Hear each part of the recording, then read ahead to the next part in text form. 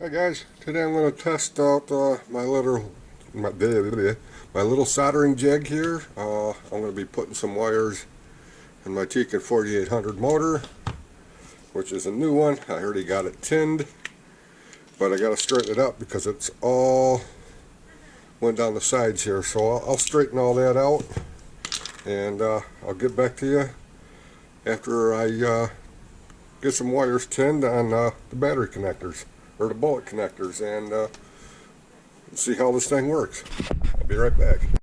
Okay guys, it might be hard to see, but the first thing I did is I put a little flux and tinned the inside of the cup on the bullet connector here.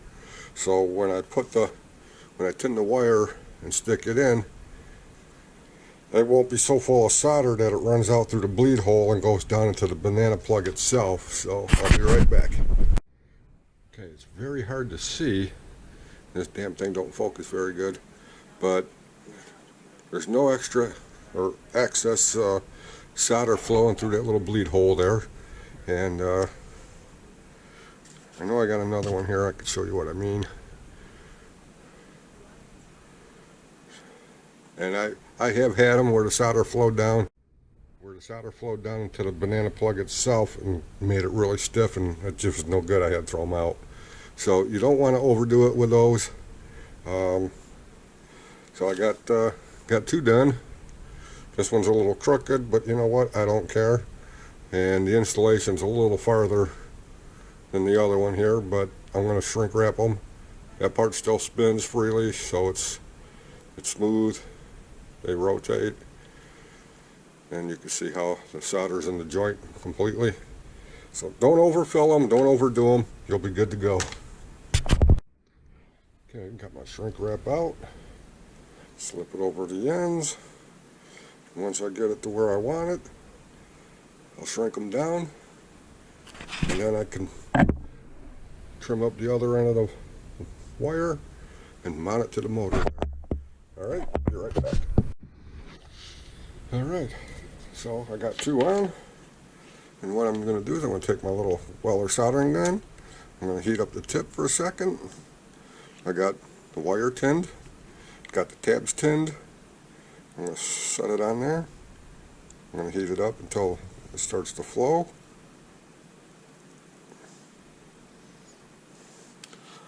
And that's it. Grab my sponge off camera here.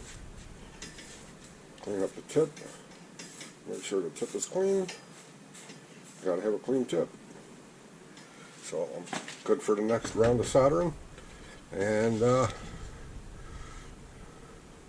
next up, test the motor. Right back. Okay, not sure if you could see that, but I got my radio set to TTO2 test. I use these receivers off of Amazon. Somewhere around here I had the paper for it, but I don't know where it's at, but they're half the price of a Futaba radio. Next step is plug in A to A, B to B, and C to C.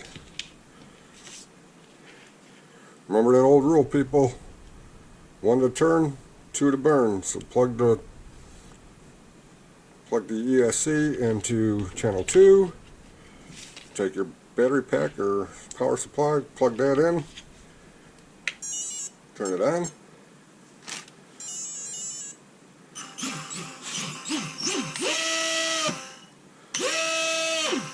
And the 4800 motor is alive, working and running. Yes, this ESC will do centered or centerless. It'll do brushed or brushless. Obviously, this is a brushless motor. Problem is you need the castle link, which you have to go in and change it from brushless to brushed if you want to run a brushed motor on the castle motor, or on this ESC anyway. I'm not sure about the Sidewinder 3s. It's been a while. My daughter has one in her car, and again, like I said, it's been a while since it's been plugged in, or since I've had it with me. But these receivers, there's an external and an internal antenna. I have never had a range issue or a function issue. You do have to change the radio settings, and they only work on a few radios. The 4PV, which is this one, the 3PF or 3PD, the cheaper low-end 3-channel radio, the 3PM I know they work on, and there's a couple of others, but the 7 channels, the 8 channel, 10 channel radios, these do not work on. I don't think. I don't know. I don't have them. But for half the price of a Futaba receiver, I have about at least 7 of these. And good to go, man.